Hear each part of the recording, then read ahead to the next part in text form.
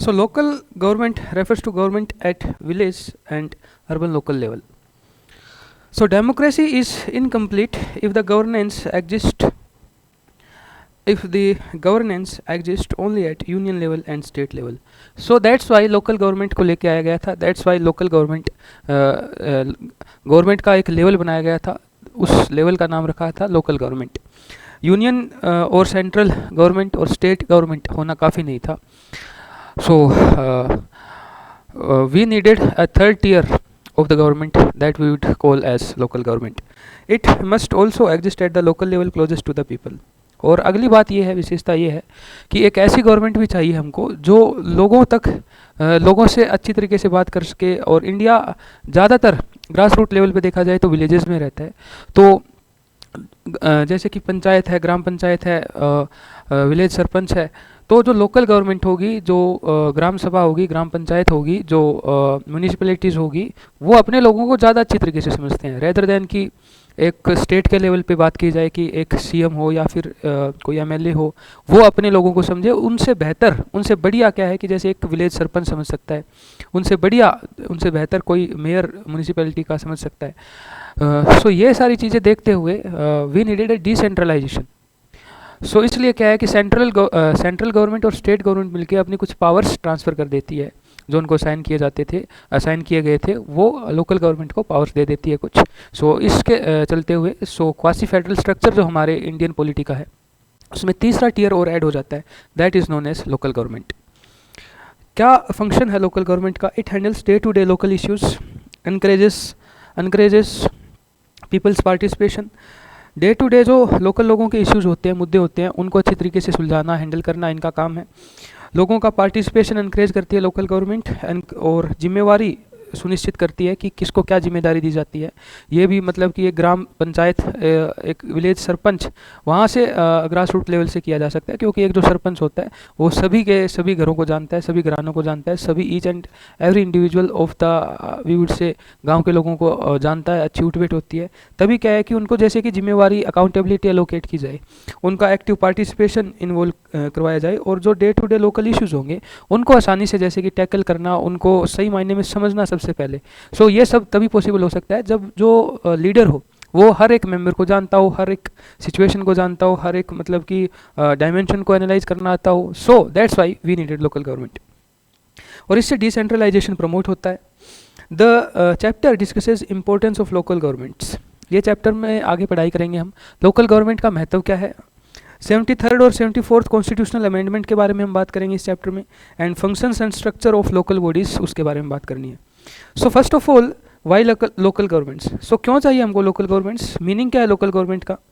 Local government is government closest to the people. लोगों के सबसे करीबी जो एक सरकार है वो एक लोकल गवर्नमेंट है. Concern with daily problems. Local government concern रखती है डेली प्रॉब्लम्स से. जो भी डेली प्रॉब्लम्स आती है, विलेजर्स को आती है, या फिर एक लोकल एरियाज़ के एक रीजनल एरियाज़ में इंडिविजुअल्स को आती है, उनको सोल्व करना. सो local government is concerned with those type of problems based on local knowledge. और लोकल गवर्नमेंट जो बनाई जाएगी वो लोकल जो नॉलेज है, यानी कि जो डाटाबेस होगा एक लोकल गवर्नमेंट का, एक जो लोकल गवर्नमेंट के पास में जानकारी होगी, जो लोकल गवर्नमेंट का एक डोमेन होगा, वो एक लोकल लेवल तक, रीजनल एरिया तक, जितना वो एक डिफाइन किया गया है, जुरिस्डिक्शन जो डिफाइन किया गया है according to our administration and polity, so उसके अकॉर्डिंग वहाँ से कंसर्न होगी वो गवर्नमेंट. उन लोगों से बात करना, उन लोगों की समस्याएँ सुलझाना, समस्याएँ समझना, लोगों की साइकोलॉजी समझना, डे टू डे प्रॉब्लम्स को सोल्व करना, डे टू डे जो इश्यूज़ होते हैं उनको देखना समझना. More accessible and economical. और ज़्यादा एक्सेसिबल है और इकोनॉमिकल है लोकल गवर्नमेंट का जो एक कंसेप्ट है, थर्ड ईयर जो है, इकोनॉमिकल है और एक्सेसिबल है. कि जैसे लेट्स से कि डिसेंट्रलाइजेशन के चलते हुए अलग अलग जैसे कि विलेजेस है, अलग अलग जैसे कि एक एरिया ले लिया हमने, जैसे कि लेट्स कंसिडर अ तहसील. सो उस तहसील में बहुत से विलेजेस होंगे. तो बहुत से जो विलेजेस हैं, तो according to decentralization, first of all accessibility की बात करें तो मल्टीपल विलेजेस में, या फिर कुल मिला के बात करें, जैसे एक तहसील है और उसमें 60-70 गांव आ रहे हैं, तो उन सब में जैसे कि जो सरपंच है, जो वहाँ की ग्राम पंचायत है, सो उन सब ने जैसे उनका एक बाकायदा इलेक्शन हुआ, उसमें मल्टीपल उम्मीदवार खड़े हुए, और अब जो उनका एक इंटरेक्शन होगा लोगों के साथ में, गांव के लोगों के साथ में, इंडिविजुअल्स के साथ में, सो नो डाउट कि हर किसी को न्याय मिलना, हर किसी को अपनी बात रखने का मौका मिलना, एक जो डेमोक्रेसी की स्पिरिट है लोगों में वो अच्छे से सर्कुलेट हो पाएगी। सो एक्सेसिबिलिटी बढ़ रही है first of all, and we would also say that this is quite economical. अब ये नहीं होता, सिर्फ यूनियन लेवल गवर्नमेंट होती, सेंट्रल गवर्नमेंट होती और स्टेट गवर्नमेंट होती, तो उनको सरकार को अलग से पॉलिसीज़ बनाने के लिए अलग से फंड एलोकेट करना पड़ता। सबसे पहले तो बोन ऑफ कंटेंशन इस बात पे आ जाती कि जो फंड एलोकेट किया जाएगा वो सेंटर से किया जाएगा या स्टेट से किया जाएगा, और मान लो ये भी सॉर्ट आउट हो जाए, फिर भी इतनी पॉलिसीज़ बनाई जाएगी तो कंसर्न जो गवर्नमेंट ऑफिसर्स होंगे, जो एग्जीक्यूटिव्स होंगे, उनको सर्टेन इंडिविजुअल्स असाइन करने पड़ेंगे। सो कुल मिला के ये एक नया एक्सपेरिमेंट, मान लो कि नया एक ये डे टू डे एग्जीक्यूशन का ऑपरेशन किया जाए, तो इसमें फ़ंड लगना बहुत ज़्यादा, वो लगता है कि बहुत ज़्यादा अपने को एक समझ आती है कि फ़ंड लगना स्वाभाविक है। सो फंड ज़्यादा लगेगा और जो टाइम होगा, टाइम ज़्यादा लगेगा। सो फाइनेंशियली और टाइम मैनेजमेंट को भी ध्यान में रखते हुए एफिशिएंसी की भी बात करें, सो मोर इकोनॉमिकल और मोस्ट इकोनॉमिकल जो तरीका है वो लोकल गवर्नमेंट बना दी गई है, उसी से अपने को दिख रहा है वो। बाकी मान लो कि दूसरे डायमेंशंस की भी बात करें, दूसरे एंगल्स की भी बात करें, दूसरे नज़रियों की भी बात करें, तो यदि ऐसा बना दिया जाए कि जैसे कि लोकल गवर्नमेंट ना होती, तो लोकल गवर्नमेंट नहीं है, और तब क्या है कि जैसे कि सेंटर या स्टेट मिलके कुछ ना कुछ फाइंड आउट करने की कोशिश कर रहे हैं। सो फर्स्ट ऑफ ऑल जैसे कि उनका एक टारगेट है, जैसे कि 100 विलेजेस है, वहाँ जा जाके उनको प्रॉब्लम्स फाइंड आउट करनी है क्या क्या है। सो फर्स्ट ऑफ ऑल उनको नॉलेज नहीं है उन लोगों की, so they do not know about the local knowledge, so उनको लोकल डाटाबेस नहीं है उन लोगों का। अब सबसे पहले कोई भी एरिया को जानना है तो वहाँ को समझना पड़ेगा, जानना पड़ेगा, एक बात करें सर्वे भी करना पड़ेगा। सो अब वो जाए वहाँ पे, इंसान रहे, गवर्नमेंट की तरफ से भेजे जाए, तो कितना मतलब कि अलग से काम बढ़ रहा है, कितना अलग से काम बढ़ रहा है, टाइम लग रहा है, टाइम लगेगा तो नो डाउट पैसा भी लगेगा। सो सभी मिली जुली बातें अब कंक्लूड करते हुए हम बोल सकते हैं कि वो अनइकोनॉमिकल हो जाता। सेंटर या स्टेट अपने रिप्रेजेंटेटिव्स भेज रहे हैं, ऑफिसर्स भेज रहे हैं विलेजेस को जानने के लिए, so that would be quite uneconomical. So that should not be the case. इसलिए एक अगला जो एडवांटेज है वो ये अपने को देखने को मिला है कि जो लोकल गवर्नमेंट्स है, लोकल गवर्नमेंट्स के कारण इकोनॉमिकल अपना एक गवर्नमेंट का तरीका हो चुका है। इकोनॉमिकल गवर्नमेंट का तरीका है जिससे टाइम बच रहा है, जिससे पैसा भी ठीक बच रहा है, गवर्नमेंट के ऊपर एक्स्ट्रा फाइनेंशियल बर्डन भी नहीं आ रहा है, टाइम मैनेजमेंट हो रहा है, everything is going on efficiently. And तीसरा और या फिर पूरा एक बात करें ब्रॉड व्यू में, तो इससे क्या है कि एफिशिएंसी बढ़ रही है गवर्नेंस की। तो डेमोक्रेटिक सिग्निफिकेंस क्या है लोकल गवर्नमेंट का? Local government ensures active participation. First of all local government ensure करती है कि सबका एक्टिव पार्टिसिपेशन हो गवर्नेंस में। अकाउंटेबिलिटी, जिम्मेदारी को प्रमोट करती है लोकल गवर्नमेंट। और डेमोक्रेसी एट ग्रास रूट्स, जो ग्रास रूट लेवल होता है तो उस पर लोकतंत्र को ये मजबूत करती है, डेमोक्रेसी को स्ट्रेंथन करती है। That is also a feature of local government. And allow people to influence decision affecting their lifes, और लोगों को अलाउ करती है कि allow people to influence decisions affecting their lifes. So it allows people to influence decisions affecting their lifes. So ऐसे निर्णय जो लोगों को प्रभावित करते हैं, जो लोगों की ज़िंदगियों को प्रभावित करते हैं, सो वो डिसीजंस उनको लेने पड़े, किसी और से उनको मतलब कि वो डिसीजन पास करवाने पड़े। सो उनको एक अच्छे तरीके से, एक ढंग के तरीके से, हम बात करें एक हेल्दी तरीके से यदि इन्फ्लुएंस किया जाए, जो इन्फ्लुएंसर होते हैं जैसे कि, तो इन्फ्लुएंस करना सो दैट कि जो उनकी आगे लाइफस्टाइल जिस पे टिकी है, जिसके ऊपर उनकी इकोनॉमिकल एक्टिविटीज़ टिकी है, जिनके ऊपर उनका एक वी वुड से कि लाइवलीहुड टिका है, सो वो उसको अच्छी तरीके से इन्फ्लुएंस कर सके डिसीजंस को, जिनसे उनका डेवलपमेंट हो सकता है अच्छा। सो एग्जांपल क्या है? Stories of women sarpanch leaders of Madhya Pradesh and Tamil Nadu show how local bodies protect village interest. जैसे एक एग्जांपल लिया जाए तो उसमें हम देखें कि जो कहानियाँ पढ़ी जैसे कि सरपंच नेताओं की मध्य प्रदेश और तमिलनाडु के, तो वहाँ पता लगा कि जैसे कि गांव के हित के लिए, गांव के लोगों के हित के लिए उन्होंने क्या क्या जैसे कि स्टेप लिए, आगे आगे प्रोएक्टिव मेजर्स लिए थे। सो एनसीईआरटीज़ में मेंशन्ड है, पढ़ सकते हो आप। Growth of local government in India, अब लोकल गवर्नमेंट की ग्रोथ कैसे हुई इंडिया में, बात करें एंशियंट इंडिया से शुरू हो जाते हैं जैसे। सो एंशियंट पीरियड की बात करें तो विलेज असेंबलीज थी हमारे भारत में, सभास बोलते थे उनको। उसके बाद में जैसे कि पंचायत बनी, पंचायत नाम दे दिया गया था। और बाद में जैसे कि रिजोल्व, और इनका काम क्या था कि जो लोकल डिस्प्यूट्स थे है ना, तो एक जो लोकल एरिया होता है, सबसे छोटा ग्रास रूट जो एरिया लेवल होता है, उस एरिया उस लेवल पे इनको क्या है कि जैसे कि जो प्रॉब्लम्स थी उनको सोल्व करना होता था। ब्रिटिश पीरियड के दौरान लॉर्ड रिपन 1882 के दौरान, known as father of local self government, तो lord Ripon 1882, so lord Ripon को फादर ऑफ लोकल गवर्नमेंट भी कहा जाता है, सेल्फ लोकल गवर्नमेंट की खुद को जैसे कि मैनेज करे, खुद ही देखे, 1882 में उनका मानना था।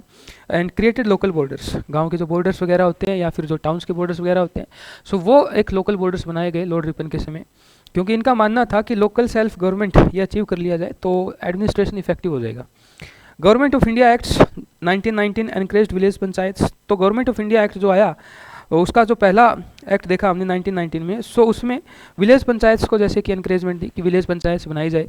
और 1935 में डिसेंट्रलाइजेशन इस तरीके से आगे भी कंटिन्यू रहा कि विलेज पंचायत बनाए और आगे जैसे कि डिसेंट्रलाइजेशन किया जा सके ताकि इफेक्टिवली लोगों तक पहुंचा जा सके, इफेक्टिवली लोगों को जाना जा सके।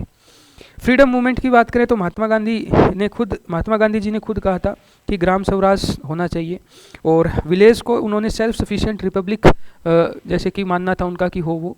और bottom of democracy, Mahatma Gandhi ji का मानना था कि जो लोकतंत्र है, डेमोक्रेसी है, वो बॉटम से अप ऐसे जाए कि विलेज है, फिर जैसे कोई ब्लॉक है, फिर कोई तहसील है, फिर कोई जिला है, फिर कोई राज्य है, फिर सारे राज्य मिलकर एक भारत है। सो उनका मानना था कि नीचे से लेके ऊपर तक डेमोक्रेसी को मजबूत किया जाए, यानी कि जड़ों से लेके और टॉप शिखर तक डेमोक्रेसी को मजबूत किया जाए। सो बॉटम अप डेमोक्रेसी के एडवोकेट थे महात्मा गांधी जी, तो उन्होंने भी क्या है कि जैसे ग्राम स्वराज का एक कंसेप्ट बताया, उन्होंने भी जैसे कि लोकल गवर्नमेंट को प्रमोट किया। कंस्टिट्यूएंट असेंबली में भी जैसे कि कंसर्न दिखाए गए थे, जैसे कि कुछ fear of factionalism, caste domination, threat to national unity. Thus local government made a state subject mentioned in directive principles article 40 not legally enforceable initially। तो जो कॉन्स्टिट्यूएंट असेंबली डिबेट हुए हमारे कॉन्स्टिट्यूशन लागू होने से पहले, तो उनमें बहुत से मतलब कि टॉपिक्स पे डिबेट होते थे, हेल्दी डिबेट्स होते थे, लंबे डिबेट्स होते थे, इंटेलेक्चुअल्स हमारे बैठते थे उसमें। सो उनका उनके कुछ और कंसर्न थे, उनके और कुछ डर थे। तो क्या क्या थे? सबसे पहले कि उनको एक भय था, डर था फैक्शनलिज्म का, टुकड़े टुकड़े ना हो जाए, जैसे कि इंडिया ग्रुप्स ना बन जाए कि जातिवाद का कोई ग्रुप बन गया, ये इस कास्ट का ग्रुप है, ये इस धर्म का ग्रुप है, या फिर मान लो कि लोकल एरियाज़ में लोग रह रहे हैं, वो अपने आप को कोई एक लोकल आइडेंटिटी से ही आइडेंटिफाई करना शुरू कर दे। नेशनल आइडेंटिटी जो हम सब की एक इंडियन आइडेंटिटी है, हम सभी भारतीय नागरिक है, वो भूल जाएं, वो एक भाईचारा उनका ख़त्म हो जाए, वो सिर्फ अपने आप को बंटा हुआ समझना शुरू कर दे, अपनी लोकल आइडेंटिटी से खुद को पहचानना शुरू करे, पहचान बनाए अपनी। तो वो एक डर था, इसलिए जो लोकल गवर्नमेंट्स का एक आइडिया था उसको स्टेट सब्जेक्ट में रखा जाता है। फिर प्रपोज किया गया कि स्टेट सब्जेक्ट में रख लिया जाए।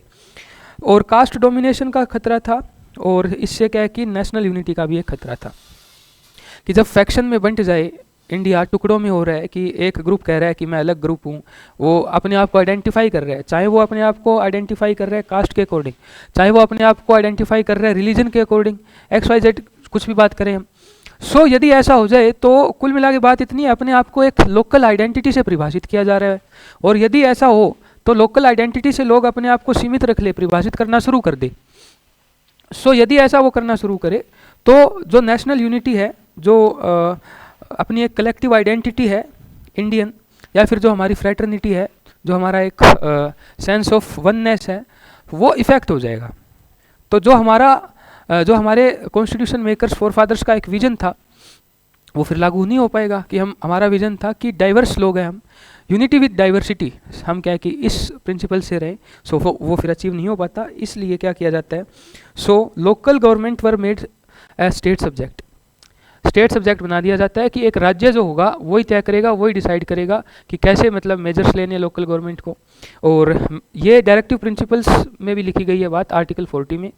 और लीगली एनफोर्सिएबल नहीं था ये इनिशियली, बाद में जैसे कि इसको लीगली इन्फोर्सिएबल किया गया था।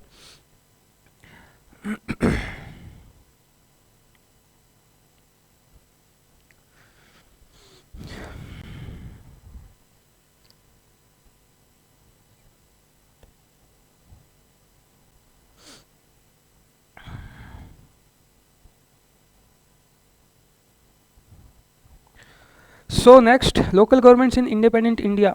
अब 1992 से पहले की बात करते हैं तो लोकल गवर्नमेंट का क्या स्टेटस था उस समय। सो 1952 में कम्युनिटी डेवलपमेंट प्रोग्राम चला एक, उसमें 3 टायर पंचायती राज रिकमेंड किया गया था, जिसमें ग्राम पंचायत हो, ब्लॉक हो जिसको मंडल या तालुक भी बोलते हैं, और जिला परिषद हो। 3 टायर का एक पंचायती राज सिस्टम रिकमेंड किया जाता है, 3 टीयर। सो ग्राम पंचायत जिसमें हो, ब्लॉक हो और जिला परिषद हो। 3 टीयर ग्राम पंचायत हो, यहाँ पे ब्लॉक हो और यहाँ पे जिला परिषद हो। तो this was proposed. Then problems क्या थी, एक तो इनमें इलेक्शन रेगुलर नहीं हो रहे थे, इरेगुलर इलेक्शन होते थे, और दूसरा क्या है कि डिसोल्यूशन बाय स्टेट्स, जो राज्य थे इनको भंग कर देते थे, बनने नहीं देते थे, ये प्रॉब्लम थी दूसरी।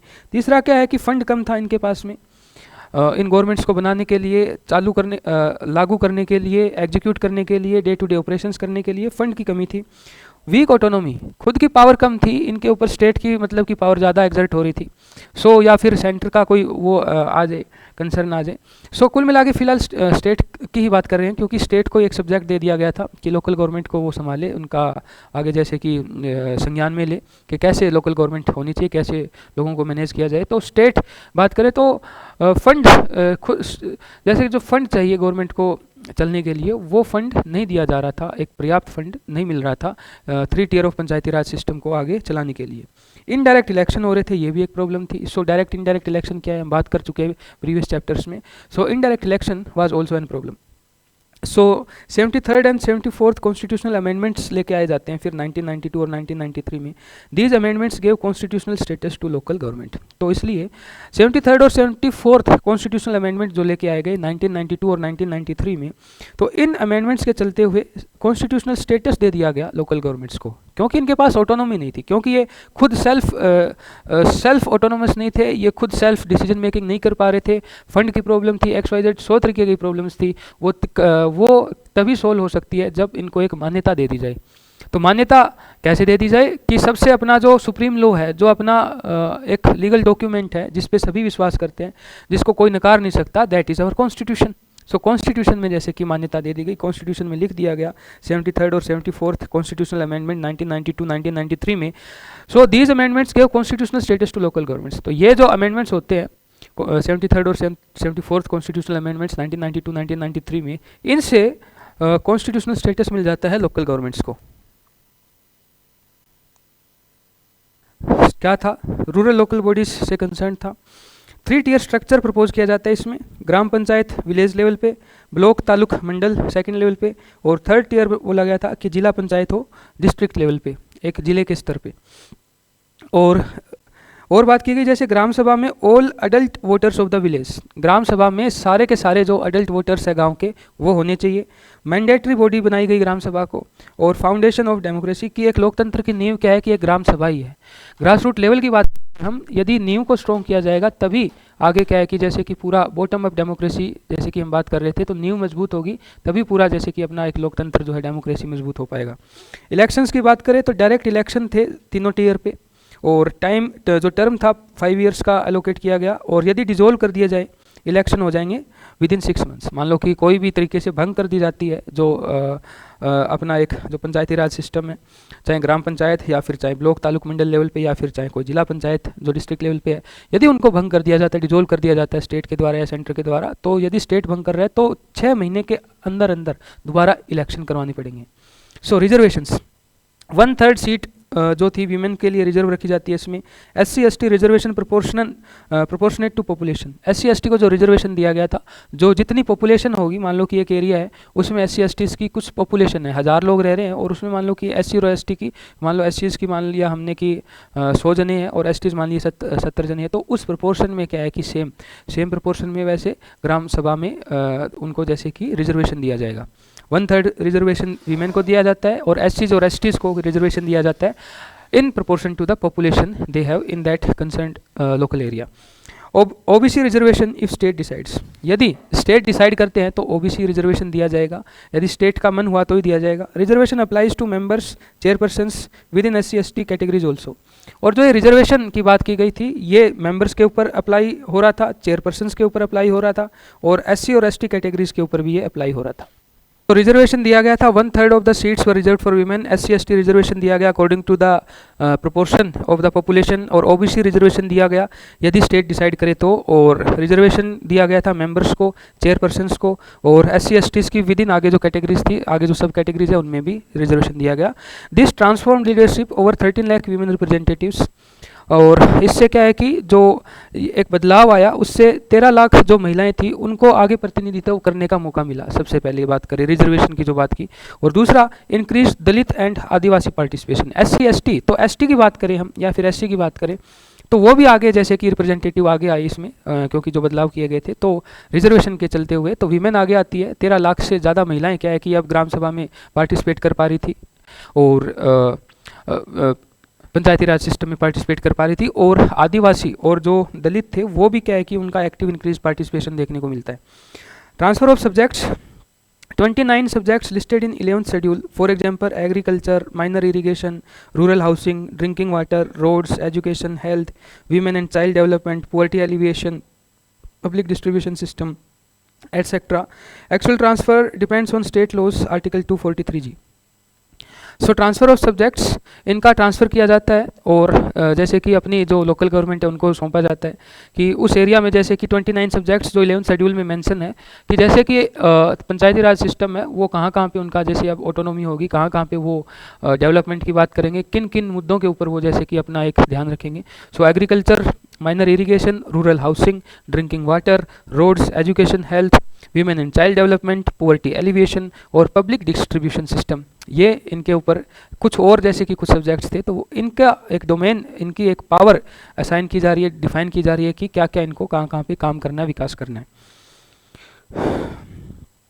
बाकी actual transfer depends on state laws, जो आर्टिकल 243G में मेंशनड है कि जो कैसे ट्रांसफ़र किया जाना है सब्जेक्ट्स का लोकल गवर्नमेंट को, वो जो मेंशनड है वो आर्टिकल 243G में मेंशन है कि स्टेट लॉज कैसे डिफाइन करते हैं कि जो सब्जेक्ट्स है वो ट्रांसफ़र किए जाए। So special provision of Adivasi areas, so special provision for Adivasi areas 1996 act के थ्रू तहत दिए जाते हैं। इनका क्या डोमेन था, क्या ये कवर करना चाहते थे? सो एक्सटेंडेड पंचायती सिस्टम को एक्सटेंड किया जाता है। Protected traditional tribal rights, traditional जो ट्राइबल राइट्स है उनको प्रोटेक्शन दी जाती है। और ग्राम सभा कंसेंट मैंडेटरी कर दिया जाता है बहुत से मुद्दों में कि ग्राम सभा का मैंडेट लेना, अनुमति लेना, उनकी मंजूरी लेना ज़रूरी है। बहुत से जो मैटर्स होंगे उनमें स्पेशल प्रोविजन जो आदिवासी एरियाज़ के जो इलाके हैं उनमें 1996 के तहत एक एक्ट लेके आया जाता है, उससे ये अमेंडमेंट चेंजेस किए जाते हैं।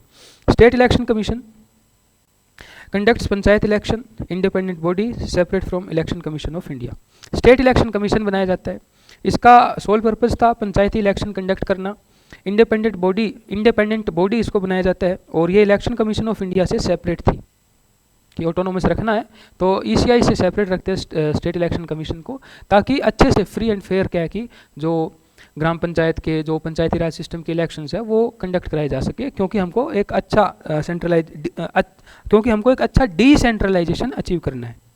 State finance commission appointed every 5 year, state finance commission बनाया गया जो हर 5 साल बाद में अपॉइंट किया जाएगा। रिव्यू फाइनेंशियल पोजीशन, तो ये इनका काम है फाइनेंशियल पोजीशन को रिव्यू करना। रिकमेंड्स रेवेन्यू डिस्ट्रीब्यूशन, रेवेन्यू कहाँ पे क्या देना है, कहाँ पे कितना पैसा डिस्ट्रीब्यूट करना है, ये इनका काम था। एंश्योर्स नॉन पॉलिटिकल एलोकेशन, और जो भी मतलब कि पैसा दिया जाए, फंड दिया जाए जहाँ पे जितनी ज़रूरत है उस एवज में दिया जाए, बिना कोई राजनीतिक मतलब कि डिस्क्रिमिनेशन के, कोई राजनीतिक प्रिविलेज के चलते हुए। ऐसा नहीं कि किसी का कोई जानकार है, किसी का कोई सगा संबंधी है, उसको ज़्यादा फंड दे दिया जाता है, और जहाँ पे ज़रूरत है जहाँ पे ज़रूरत थी नहीं पर वो सिर्फ एक रिलेशन के तहत दे दिया गया। कुछ पॉलिटिकल मतलब कि एक अलायंस बना हुआ था, इक्वेशन बनी हुई थी, लेकिन वो सही मायने में ज़रूरत नहीं थी पैसे की, पर इसके अलावा दूसरी जगह ज़रूरत थी और वहाँ पे वो पैसा पहुँचना ज़रूरी था, वहाँ पे वो पहुँचा नहीं। तो ऐसा क्या है कि सिस्टम ना हो, इससे बचने के लिए क्या है कि नॉन पॉलिटिकल एलोकेशन ज़रूरी है। और वो स्टेट फाइनेंस कमीशन जो बनाया गया है वो उसका काम था ऐसे फंड एलोकेट करना। 74th अमेंडमेंट की बात करते हैं। अर्बन लोकल बॉडीज़ के लिए क्या बनाया गया था इस अमेंडमेंट में? It applied to municipal corporations It applies to municipal corporations, municipal councils and Nagar Panchayat. Municipal corporations के लिए, म्यूनिसिपल काउंसिल्स के लिए और नगर पंचायत के लिए 74th अमेंडमेंट एक्ट लेके आया जाता है। अर्बन एरिया डेफिनेशन क्या थी फिर सेंसस क्राइटेरिया के अकॉर्डिंग कि कौन से एरिया को अर्बन एरिया अपने को बोलना चाहिए। सो मिनिमम पॉपुलेशन जहाँ पे 5000 हो, 75% मेल वर्कर्स जो हो नॉन एग्रीकल्चर से रिलेटेड होने चाहिए, और डेंसिटी क्या है कि 400 पर स्क्वायर किलोमीटर होनी चाहिए, तब जाके उस एरिया को अर्बन एरिया बोला जाएगा। So 12th schedule urban functions define करता है। इसमें क्या क्या है? Urban planning, regulations of land use, roads and bridges, public health, sanitation, slum improvement, urban poverty alleviation. So 12th schedule define करता है कि अर्बन फंक्शंस क्या क्या हो, भाई जो अब गवर्नमेंट वहाँ पे बना दी गई है, क्या क्या उनको काम करने चाहिए। एक तो उनको अर्बन प्लानिंग करनी है, दूसरा जो लैंड है उसका यूज़ कैसे हो उसको कंट्रोल करना, कोई मिसयूज़ नहीं हो रहा, कुल मिला के रेगुलेट करना उसको। रोड्स एंड ब्रिजेस तो डेवलपमेंट कैसे करना है, बिना रोड्स एंड ब्रिजेस के डेवलपमेंट हो नहीं पाएगा। पब्लिक हेल्थ उसका फोकस रखेगी अर्बन जो गवर्नमेंट होगी, जो वहाँ पे इलेक्ट होगी अभी इलेक्शन के बाद में, और जो सैनिटेशन साफ़ सफाई का ध्यान रखना, स्लम इम्प्रूवमेंट झुग्गी झोंपड़ियाँ जो है उनका इम्प्रूवमेंट करना, और वहाँ पे यदि कोई गरीबी है तो उस गरीबी को, यदि उन अर्बन एरियाज़ में कोई गरीबी है तो उस गरीबी को ख़त्म करना, उसको कम करना। Provision similar to 73rd amendment, तो जैसे 73rd अमेंडमेंट में कुछ प्रोविजंस लेके आए गए थे उसी के जैसे प्रोविजंस थे इसमें भी 74th अमेंडमेंट में भी, जैसे कि डायरेक्ट इलेक्शंस को लेके आया जाता है, रिजर्वेशन को लेके आया जाता है, स्टेट इलेक्शन कमीशन लेके आया जाता है और स्टेट फाइनेंस कमीशन लेके आया जाता है, जो ऑलरेडी हम पढ़ चुके हैं। सो इम्प्लीमेंटेशन स्टेटस क्या है? India now has rural areas और अर्बन एरियाज़ की बात करते हैं। इंडिया नाउ हैज़, पहले रूरल एरियाज़ की बात कर लें तो 600+ जिला पंचायत, 600+ जिला पंचायत है इंडिया में अब, 6000+ ब्लॉक पंचायत है और 2,40,000+ ग्राम पंचायत है। अगेन कि जो बॉटम अप डेमोक्रेसी हमको एग्जीक्यूट करनी है, सो बॉटम अप डेमोक्रेसी इससे अपने को दिख रही है कि स्ट्रेंथ हो रही है। और डिसेंट्रलाइजेशन की भी हमने बात की है, तो decentralization we want to achieve decentralization. So urban की बात करें तो 100+ म्यूनिसिपल कॉरपोरेशंस हो गई, 400+ म्यूनिसिपैलिटीज़ हो गई और 200+ नगर पंचायत हो गई। So again bottom of democracy and decentralization को अचीव करना है। सो उसके लिए ये हम बोले तो एक हमारे पास में अब जैसे कि एक अच्छा क्या है कि एक डेमोक्रेटिक बॉटम अप डेमोक्रेसी का एक कंसेप्ट, बॉटम अप डेमोक्रेसी की एक नींव है। बॉटम अप डेमोक्रेसी जो डिसेंट्रलाइजेशन का एक बेसिस होती है, फाउंडेशन होती है। तो उसके लिए हमने देख लिया कि रूरल एरियाज़ में हमारे पास 600+ जिला पंचायत है, 6000+ ब्लॉक पंचायत है, 2,40,000+ ग्राम पंचायत है। अर्बन एरियाज़ में 100+ कॉरपोरेशन है, 400+ म्यूनिसिपैलिटीज़ है एंड 2,000+ नगर पंचायत है। ओवर 32 लाख इलेक्टेड रिप्रेजेंटेटिव्स है, 13 लाख प्लस वीमेन है जिसमें, और this makes local democracy the greatest democratic participation structure in the world. तो अब जैसे कि हम बात करें तो spirit of the democracy, bottom of democracy, decentralization, जो डेमोक्रेटिक स्पिरिट हमको अचीव करनी थी, तो जो 73rd and 74th amendment act हुए उनके चलते हुए 32 लाख से ज़्यादा इलेक्टेड रिप्रेजेंटेटिव्स है हमारी लोकल गवर्नमेंट में, 13 लाख से ज़्यादा वीमेन है रिजर्वेशन के चलते हुए। इससे क्या है कि जो दुनिया का सबसे बड़ा एक पार्टिसिपेशन की जो डेमोक्रेसी बोले तो उसके चलते हुए हमारी जो लोकल डेमोक्रेसी है वो लार्जेस्ट डेमोक्रेटिक पार्टिसिपेशन स्ट्रक्चर देती है पूरे विश्व में। लोकल गवर्नमेंट की बात करें, लोकल डेमोक्रेसी की बात कर रहे हैं। सो अचीवमेंट्स क्या है हमारी अब तक? यूनिफॉर्म स्ट्रक्चर अक्रॉस इंडिया, पूरे भारत में ये एक यूनिफॉर्म स्ट्रक्चर है लोकल गवर्नमेंट्स का। Increase representation of women, SC ST and OBC, और रिप्रेजेंटेशन इंक्रीज किया गया है रिजर्वेशन के चलते हुए, किसका? वीमेन का, SC ST का और OBC का। ग्रेटर अवेयरनेस दी जा रही है लोकल पंचायत के थ्रू, लोकल गवर्नमेंट्स के थ्रू। सोशल एम्पावरमेंट दिया जा रहा है कि जैसे कि रोज़गार पैदा किया जाए लोगों में, एंड पॉलिटिकल ट्रेनिंग ग्राउंड दिए जा रहे हैं कि पॉलिटिकल ये एक एक्सपेरिमेंट जैसे कि हमारे कॉन्स्टिट्यूशन मेकर्स के दिमाग में आया तो एक्टिव पार्टिसिपेशन हो रहा है। जैसे डाटा हमको बता रहा है कि 32 लाख से ज़्यादा इलेक्टेड रिप्रेजेंटेटिव्स है, तो वो इलेक्ट हो चुके हैं, लेकिन पहले बहुत से लोगों ने चुनाव भी लड़ा है, तो एक पॉलिटिकल पार्टिसिपेशन दिया जा रहा है बहुत से लोगों को, यानी कि एक एक्टिव पार्टिसिपेशन जो होना चाहिए डेमोक्रेसी में, तो डेमोक्रेटिक स्पिरिट उसको अचीव किया जा रहा है। सो इंक्रीज पार्टिसिपेशन और पॉलिटिकल ट्रेनिंग ग्राउंड दिए जा रहे हैं कि तो जो आगे जो भी मेंबर्स आएंगे वो एक नया एक्सपीरियंस लेंगे, उनको एक ट्रेनिंग मिलेगी, पॉलिटिकल एक्सपर्टीज आएंगी और उनका एक एक्टिव पार्टिसिपेशन हो रहा है। ये हमारी कुछ अचीवमेंट्स है। सो लिमिटेशंस एंड चैलेंजेस क्या है? Limited autonomy, many states did not transfer all 29 subjects. Limited autonomy है सबसे पहले तो, बहुत से राज्यों ने क्या है कि सारे के सारे जो 29 सब्जेक्ट ट्रांसफर करने थे वो ट्रांसफर नहीं किए। फाइनेंशियल वीकनेस दूसरी जो कमी है, rural bodies raise only 0.24% of total revenue. जो रूरल बॉडीज है वो सिर्फ और सिर्फ 0.24% ऑफ टोटल रेवेन्यू को यूज़ कर पा रही है, स्पेंड 4% ऑफ द एक्सपेंडिचर, और जो एक्सपेंडिचर जो लागत होती है उसका सिर्फ 4% ही क्या है कि स्पेंड हो पा रहा है, और डिपेंड ऑन ग्रांट्स। और ये क्या है कि जो फंड खास करके है ग्रांट्स पे डिपेंड कर रहा है, जो ग्रांट किया जाता है कि गवर्नमेंट के द्वारा। State control often implement state central schemes, और जो स्टेट है वो ज़्यादा कंट्रोल कर रहे हैं। हम पहले तो बात कर रहे हैं कि ऑटोनोमस होनी चाहिए, है ना, हिस्ट्री में जैसे बात की थी कि ऑटोनोमी दी जाए गवर्नमेंट, लोकल गवर्नमेंट को खास करके। लेकिन क्वासी फेडरल स्ट्रक्चर की बात करें तो सेंटर और स्टेट ने मिलकर कुछ पावर लोकल गवर्नमेंट्स को दे दी, लेकिन we are a quasi federal country, तो फिर भी क्या है कि जैसे कि स्टेट का इसमें क्या है कि जैसे स्टेट कंट्रोल देखने को मिल रहा है। Often implement state central schemes, तो जो स्कीम्स बनाई जाती है या तो स्टेट बनाता है या सेंटर बनाता है, तो फिर से थोड़ा इंटरफेयर देखने को मिल रहा है, ये भी एक कमी है। लैक इंडिपेंडेंट प्लानिंग पावर, और एक इंडिपेंडेंट प्लानिंग पावर नहीं है लोकल गवर्नमेंट्स को, अगेन ये भी एक लिमिटेशन में आ गया। सोशल कन्फ्लिक्ट्स की बात करें तो tensions due to power shift के कारण कोई कन्फ्लिक्ट हो रहा है, and dominant groups resist change, और जो डोमिनेंट ग्रुप है वो बदलाव लाने में जैसे कि उसको प्रतिरोध करते हैं, रेजिस्ट करते हैं। अब मान लो कि social conflict, tension due to power shift. अब मान लो कोई सरपंच बनता है गांव का, कोई लोकल गवर्नमेंट का कोई एक इलेक्टेड रिप्रेजेंटेटिव बनेगा, तो चिंता जताई जा रही है कि उसमें जो जैसे कि पैसा लगता है चुनाव लड़ने में, है ना, बड़ा गांव है तो मान लो कि करोड़ रुपए भी लग गए, कुछ छोटे गांव है तो कुछ लाखों रुपए लग रहे हैं इलेक्शन कराने के लिए। तो अब चिंता यह है कि उसमें फिर वो पावरफुल लोग ही आ रहे हैं, पैसे वाले लोग ही आ रहे हैं, पैसे से पावर बनती है, पावर से फिर पैसा बन जाता है। तो यदि कोई ईमानदार नहीं है, यदि कोई अपने दायित्वों को लेके उतना अकाउंटेबल नहीं है, इंटीग्रिटी नहीं है, उसमें ईमानदारी नहीं है, ऑनेस्टी नहीं है, तो वो एक खतरा बन सकता है। और यदि सबको एक बराबर लेके भी ना चले, जो हेड होगा ग्राम पंचायत में, तो वो यदि सबको एक साथ ना भी लेके चले, असमर्थ है सबको एक साथ लेके चलने में, तो सोशल टेंशन वहाँ पे देखने को मिल सकती है। क्योंकि खास करके जो एक गाँव होगा उसमें बहुत घराने होंगे, कास्ट भी अलग अलग होती है, घराने भी अलग अलग होते हैं, तो वो आपस में सबको लेके चलना वो भी एक जैसे कि अकाउंटेबिलिटी है, एक जिम्मेवारी है एक सरपंच की। सो इंटरनेशनल कंपैरिजन की बात करें, बोलीविया के साथ हम कंपेयर करें अपने आप को, so 1994 popular participation law, 20% national tax distributed to municipality, directly elected mayors, greater physical autonomy, shows greater decentralization than India. जैसे एक बात करें हम कि डिसेंट्रलाइजेशन अचीव करना है हमको, बोलीविया के साथ में हम कंपेयर करें अपने आप को, तो बोलीविया ने जैसे कि 1994 में पॉपुलर पार्टिसिपेशन लॉ लागू कर दिया, 20% national taxes distributed to municipalities, और जो टैक्स से पैसा आता है उस राष्ट्रीय मतलब कि 20% national taxes, 20% of the national taxes, जो राष्ट्रीय कर आता है, जो नेशनल टैक्स होता है उसका 20% क्या है म्यूनिसिपैलिटीज़ को दे दिया जाता है, डिस्ट्रीब्यूट कर दिया जाता है बोलीविया में। कितना ज़्यादा मतलब कि उनको ऑटोनॉमी दी जा रही है, फंड दिया जा रहा है। डायरेक्टली इलेक्टेड मेयर्स, और जो मेयर्स हैं, मान लो कि आगे अपन बात करें कि म्यूनिसिपैलिटीज़ की बात कर रहे हैं, अर्बन लोकल बॉडीज़ की बात कर रहे हैं, तो उनमें मेयर्स को डायरेक्टली इलेक्ट किया गया बोलीविया में।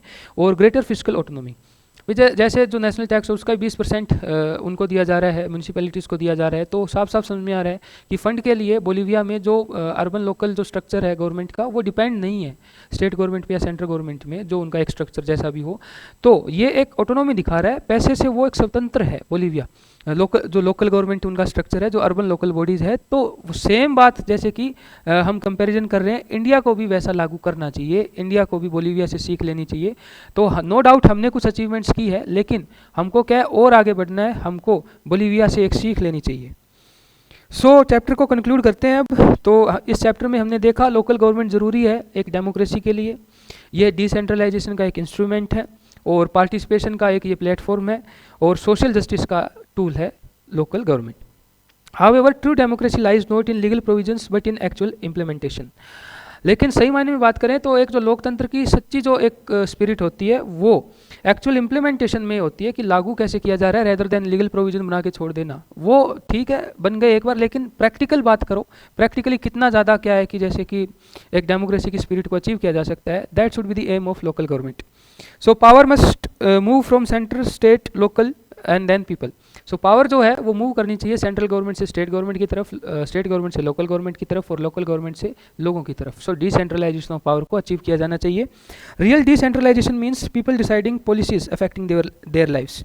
रियल डिसेंट्रलाइजेशन का मीनिंग है तो जो पॉलिसीज है, जो निर्णय लिए जाए, तो वो लोग तय कर सके, डिसीजन में खुद कर सके कि हम एक लोकल एरिया के लोगों को, इंडिविजुअल्स को क्या क्या चाहिए, क्या क्या उनको जैसे कि एक डेमोक्रेसी से, एक लोकल गवर्नमेंट से चाहिए।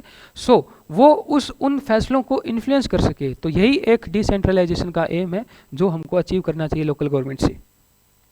सो with this chapter is over. So in the next video we'll start chapter 9।